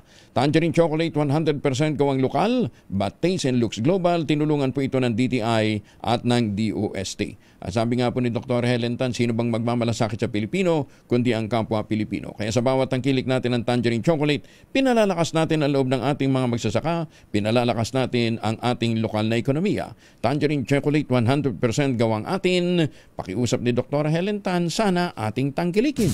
Maganda umaga, Pilipinas! 31 makalipas ang alas 5 na umaga. 38 minutes na makalipas ang alas 5 na umaga. Mayor Sunny Mendoza ng Talisay, Batangas. Magandang umaga po sa inyo, ma'am. Magandang umaga sa mga sugi natin ha. Si Justice Henergito ng Sandigan Bayan, good morning. Si Justice Max De Leon ng Court of Appeals, good morning din po ha. Ambassador Harry Angping, good morning ho sa inyo ha. Si Oxygen Marie, good morning. Ilang presyo ng gulay at karne bumaba sa Bonifacio Market. Detalye mula kay Edwin Duque, Aris 23. Edwin, good morning. May buntag Kuya Angel, may mga bumaba ng mga presyo Kuya Angel, pero may ilan pa rin mataas. Tulad itong palaya na mula sa 120, ngayon ay 160 pesos. Pero itong kamatis Kuya Angel ay itong labanos mula sa dating 120. Bumaba na ngayon ng 80 pesos bawat kilo. At itong luya mula sa dating 160, ngayon ay 120 pesos. Ang sibuyas ay 160 pesos. Pero itong kamatis Kuya Angel mula sa 120, pero ito yung medyo tinamaan ng bagyo kaya 160 pesos bawat kilo. Ang talong mula sa 100, ngayon ay 120 pesos. Ang repolyo naman mula sa dating 120, ngayon Kuya Angel, halos kalahati yung binaba. Nasa 60 pesos na lamang bawat kilo. Ang karos na dating 300, ngayon ay 200 pesos. Ang siling labuyo, itong 500 na karaang Biyernes, ngayon ay 300 pesos na lamang. Maging yung siling panigang na dating 200, ngayon ay 160. Ang petsay bagyo at Tagalog naman ang tumaas. Mula sa dating 100, ngayon ay 160 pesos bawat kilo. Pero itong patatas, ang dating 160 ngayon ay 120 pesos bawat kilo. Tumas naman bagya itong Baguio beans, 140, ngayon ay 180. Ang broccoli, ito yung tinamatin daw ng bagyo. Kaya wala sa dating 260, ngayon ay 400 pesos bawat kilo. Pero itong siling bacopa, yung bell pepper, wala sa dating 500, ngayon ay 250 pesos bawat kilo. Pero babawi sila sa presyo ng mga manok. Nasa 200 pesos lang yung kilo. Ang baboy 300, ang pork chop, ang giniling, ang pataulian at unahan ay 300 pesos lamang bawat kilo rito. At yung liempo ay 360 pesos. Pero yung kambing, hindi pa rin nagbago presyo, nasa 500. Ang baka ay 450 pesos bawat kilo. Sa presyo ng bangos, sa isda, ito bumaba na yung mga isda Kuya Angel dahil nasa 260 lang itong dagupan o itong bangus dagupan. Habang itong galunggong na tunay, pag sinabing tunay, ito yung maliliit, nasa 180 na lang mula sa dating 300. At yung yellowfin ay 160 bawat kilo. Yung tilapia, 90 pesos hanggang 120. Ang bisugo, 200. Ang lapu-lapu, 180. Salay-salay, 200. Yan yung mga presyong nagbabaan ngayong araw ng Lunes. Sa presyo ng bigas Kuya Angel, meron lang 35, pero bihirat agad na ubos daw. Ang pinasusunod dito, 30 po 40 pesos. Pinakamahal ay 80 yung Dinorado at yung malagkit, 80 hanggang 100 pesos bawat kilo. Yan ang tingnan price. Monitoring report collaborate dito sa Bonifacio Market sa Caloocan na Restaurant 3. Edwin Duque nagulat sa DCRH, una sa Pilipinas, una sa Pilipino. Maraming salamat, Edwin. 541, OCD nagdalaga ng central drop-off point para sa mga donasyon laan para sa mga taga Cebu. Detalye na balita mula kay Ijal Paro sa RH52. Ijal, good morning. Kuya Angel, dahil sa malalang epekto sa traffic sa Northern Cebu, umapilang Office of Civil Defense sa mga donor. Ibagsak na lamang sa pamahalaan ng mga tulong at huwag nang magpunta ng personal pa sa mga biktima ng magnitude 6.5 na lindol. Ayon sa OCD, magsisilbing drop-off point ng private donations ang Cebu Provincial Capital na 23 oras pang layo mula sa ground zero na lungsod ng Bugo. Toka na umano ng Regional Disaster Risk Reduction and Management Council ang magsagawa ng logistics plan para sa paghatid ng tulong. Katuwang nitong Armed Forces of the Philippines. Nagpasaklolo na nga OCD-7 sa AFP Visayas Command para sa pagpapatuloy ng relief operations habang naglapit na ng checkpoints ng Police Regional Office 7 sa paligid ng mga bayang pinaka-apektado ng lindor.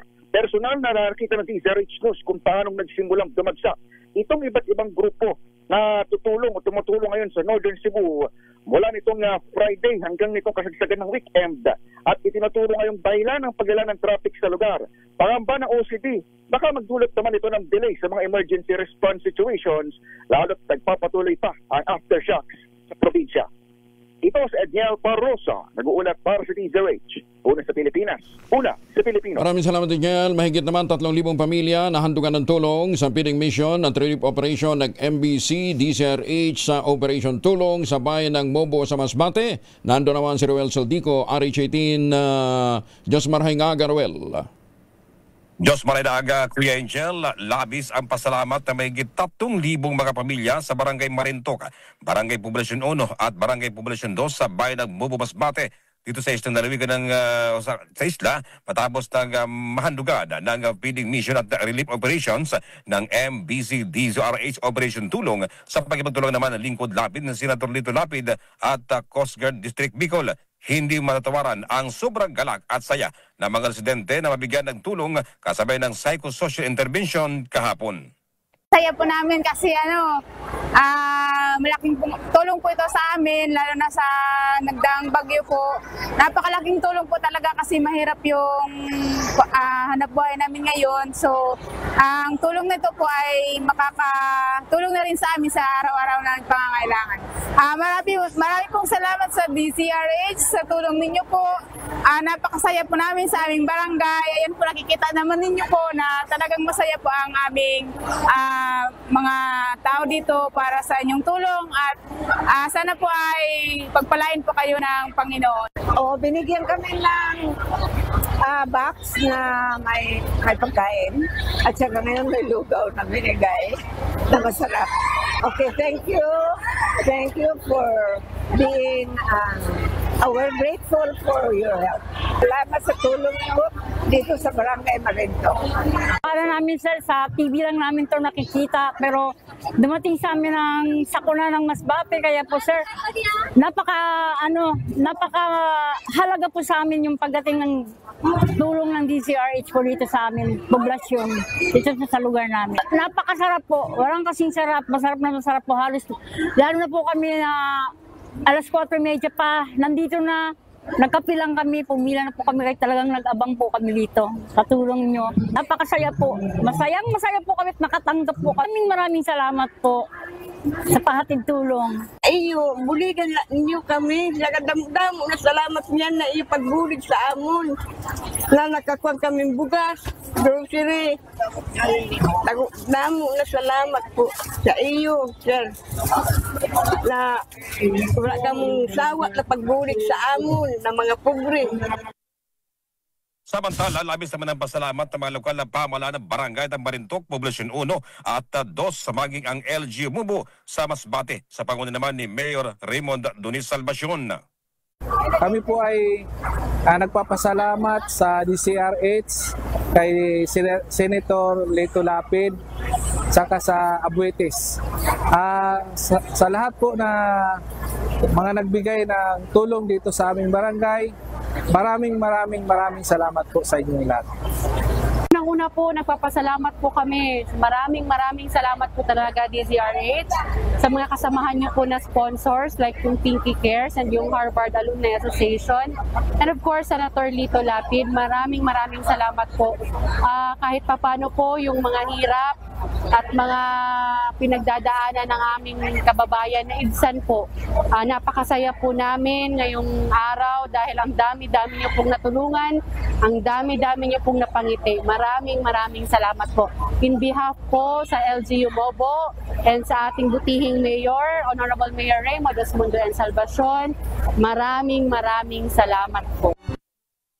Ang MBC DZRH Operation Tulong ay nagpatuloy sa pag-iikot sa apektado ng bagyong Opong, kung saan ngayong araw naman ang Tikaw Island naman sa mga bayan ng Batuan at San Fernando, Masbate.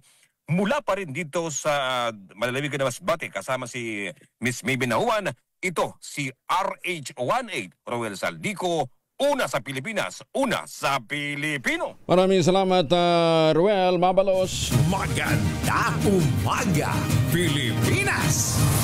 Ipinahayag naman ni Agriculture Secretary Francisco Q. Laurel na magiging susi sa modernization ng livestock, poultry at dairy programs ang bagong naipasang batas, yung Republic Act 12308 o Animal Industry Development and Competitiveness Act, na maglalaan ng 200 billion pesos na pondo sa loob ng 10 taon upang suportahan ang adhikain ng Pangulong Bongbong Marcos na magkaroon ng food security at matatag na agricultural economy. Ganap ng batas ang naturang panukala noong pang September 25 matapos lagdaan upang maging ganap na batas. At nitong Oktubre naman ay nalathala na rin sa Official Gazette. Sa ilalim ng batas, iaangat nito ang Bureau of Animal Industry sa line agency ng Department of Energy o Department of Agriculture at pinalawak ang pangangasiwa nito sa regulasyon. Pinalakas din ito ang Philippine Carabao Center, ang National Dairy Authority, sa pamamagitan ng pagpapalawak sa kanilang mandato kabilang ang pagkakaroon ng biotechnology at vaccine development. Ang batas ay tutulong na bumuo ng lokal na kapasidad upang makagawa ng mga bakuna, matugunan ng mga protocol sa malaking banta sa kalusugan ng hayop tulad ng African swine fever at iba pang mga karamdaman. Naniniwala naman si Senator Sherwin Gatchalian na very stable pa rin ang liderato ni Senate President Tito Soto. Nasunod dito ng pahayag ni Senator J.B. Ejercito na ikinokonsider nitong umalis sa majority block kasama ang 4 pang senador. Ito ay matapos na maugnay ang ilang mga dati at kasalukuyang senador sa mga anomalya sa flood control project sa bansa. Ayon kay Gatchalian, hands-on si Tito Sen pagdating sa deliberasyon ng 2026 national budget at kasalukuyang si Tito Sen din ang nagmumungkahi na maamyandahan ang pambansang bondo sa susunod na taon upang maging mas transparent. Sangayon din na niya sila na sa Pangulong Bongbong Marcos na hindi ipatupad ang Certificate of Urgency sa pagtalakay sa panukalang budget. Samantala, naniniwala rin si Gatchalian na dapat nang ipaubaya sa Independent Commission for Infrastructure ang investigasyon sa flood control scandal upang maalis na ang political agenda. Maganda umaga, Pilipinas! 10 minuto na lamang bago po mag-ACS ng umaga. Menos 6 bago mag-ACS ng umaga. Oy, nananakit na ba inyong mga kasukasuan? Nagkakaringkals na ba? Humihina na bang kalamnan? Epekto po yan ng pagtanda. Ipinakikilala po naman ang Ultaplex, isang health drink mula sa mga lumikha ng Ultabio backed by Japanese technology. Ang Ultaplex ay may HCG complex, hydrolyzed marine collagen para sa skin at joints, HMB pampalakas ng muscles, Glucosa Green para naman sa ginhawa ng kasukasuan. Available in coffee with stevia at powdered drink mix. Kayang bawin ang galaw, sigla, ganda kahit nagkakaedad na with proper diet and exercise. Hanapin po ang Ultaplex sa Shopee, Lazada at ultabio.shop. Ang Ultaplex ay hindi gamot at hindi pwedeng gamitin panggamot sa anumang uri ng sakit. If symptoms persist, consult your doctor. Ilang barangay sa 6 na bayan ng Cebu Province wala pa rin kuryente. Hindi pa rin nila tayo marinig, mabuti na lang mayroon silang battery. Detalye na balita malaki Bal Gonzalez, RH5 Bal, good morning. Good morning, Kuya Angel. Nasa 30,452 bilang ng kabayan pa rin ang nananatiling walang supply ng kuryente mula sa 6 na bayan sa Cebu. Ito'y dahil pa rin sa magnitude 6.9 na lindol na yumanig sa lalawigan halos 1 linggo nang nakalilipas. Sa Sa uling report na inilabas ng National Electrification Administration o NEA, ang mga bayan na apektado ng patuloy na pagkawala ng kuryente ay ang Bogos City, Borbon, Daan Bantayan, San Remigio, Tabuelan at Tabagon. Pero 7 mga bayan na ang nakabalik na sa normal na supply ng kuryente, kabilang na rito ang mga bayan ng Carmen, Catmon, Compostela, Danau City, Medellin, Sogod at ang bayan ng Tuburan. Sa ngayon, anilay sinisikat ng mga line personnel ng Cebu 2 Electric Cooperative o Sebeco 2 upang maibalik na ang supply ng kuryente sa mga natitira pang mga apektadong lugar. Sa record ng NDRRMC, 71 katao ang namatay, 550 mang nasugatan, habang mahigit 128,000 bilang ng pamilyang naapektuhan ng lindol na tumama sa Cebu noong Setyembre 30. Ako si Val Gonzales, VCRH, una sa Pilipinas. Maraming salamat, Bal. Patuloy naman ang pagbaba ng presyo ng bigas sa Vietnam matapos palawikin ng Pilipinas ang rice import ban hanggang katapusan ng Nobyembre. Ayon sa Food Agriculture Organization, bumaba ng 0.5% ang PAO All Rice Price Index noong Setyembre ng taong kasalukuyan dulot ng pagbaba ng presyo ng indica rice at nabawasan ang pag-aangkat ng Pilipinas at ilang pang mga bansa sa Afrika. Bilang tugon, hinikayat naman ng Vietnam Food Association ang kanilang Ministry of Industry and Trade maghain ng reklamo laban sa Pilipinas upang maprotektahan ang interes ng kanilang mga magsasaka at mga exporter. Baliktad tayo pang irereklamo dahil sa pagtigil natin sa pag-i-import muna ng bigas para mapaganda natin ang presyuhan ng ating palay. Tunay ngang kulay itim pa rin ang kulay ng bayan. Ito naman ang ginit ni Senator Amy Marcos sa harap ng manoy nakatagdang paghirang kay Secretary Boying Rimulya bilang ombudsman. Kapayag na nilabas ni Senator Amy, sinabi nitong sa pilitan ang gagawing pagtatalaga kay Rimulya na niya hindi naman karapat-dapat sa posisyon dahil sa manakabimbin pa nitong mga kaso at may bahay din ng kawalang hustisya. Iginit ng senadora, nagluluksa at nababalutan pa rin ang pangamba at kawalan ng pag-asa ang bansa. Dahil sa niya ay pilit na pagwasak sa politika at paglapastangan sa konstitusyon. Sa uling bahagi ng pahayag, hiniling naman ni Senator Amy sa Panginoon na iligtas ang ating bansa. Pero so far, wala naman ho tayong natatanggapang report na may shortlist na. Magbibitiw nga si Senate President Pro Tempore Panfilo Lacson bilang chairman ng Senate Blue Ribbon Committee. Ito'y matapos na maramdaman niya na nawawala na ng tiwala ang ilang mga kasamahan sa mayorya sa paraan ng kanyang pamumuno sa investigasyon ng flood control corruption scandal. Ayon kay Lacson, kapag wala ng tiwala ang mga kasama, baka panahon na para siya'y bumaba. Ilan sa nagpahayag ng pagdinismaya si Senator J.B. Ejercito na nagsasabing tila sinusunog ng Senado ang sarili nitong bahay.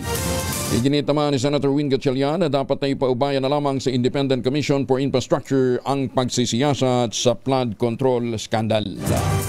Magtanim ng kawayan para sa kalikasan at kabuhayan, yan po ang ating paalala sa tuwi-tuwi na. Kuya Angel po, si Angelo Palmones, nag-iiwan sa inyo na isang magandang umaga. Maraming salamat sa inyo walang sawang pagsubaybay, pakikinig at pagtitiwala. Ang ating quote of the day ngayong araw na ito ay mula po kay doon sa binanggit natin kanina, isang pong pangulo ng isang tech company, si Jensen Huang. Ang sabi niya, electrician and plumbers will be needed by hundreds of thousands in the new working world. Sige. Mga bata, alam nyo na gagawin. Dapat magpakadalubhasa tayo sa mga skill. Hindi naman sinasabing magpapadalubhasa tayo, Pero importante, tingnan ho natin yung mga opportunities po naman sa mga blue-collar job. At bago tayo magpaalam, pakibalik yung video na yan. Tingnan ho ninyo yung bata na yan. This oras ng gabi, naglilinis ng kanal para wag bumaha. Wala ho itong mahalagang equipment, galing ho sa DPWH, kamay niya lang. At malasakit para hindi magkaroon ng pagbaha. Pero sa totoo lang, naghahanap po ito ng mga kukuha niyo mapapakinabangan pa. Sa mga kabataang meron kayong magandang kinakain, bihisan, mag-aaral kayong mabuti. Dahil itong batang ito, this oras na ng gabi, nasa survival mode pa rin. Pero hindi niya nararamdaman, nakatutulong siya sa lipunan, sa ating bayan, para wag bumaha. Sa mga nangungulimbat dyan, mahiya naman kayo. Kuya Angel po, si Angelo Palmones, maraming salamat. 601. Magandang umaga, Pilipinas!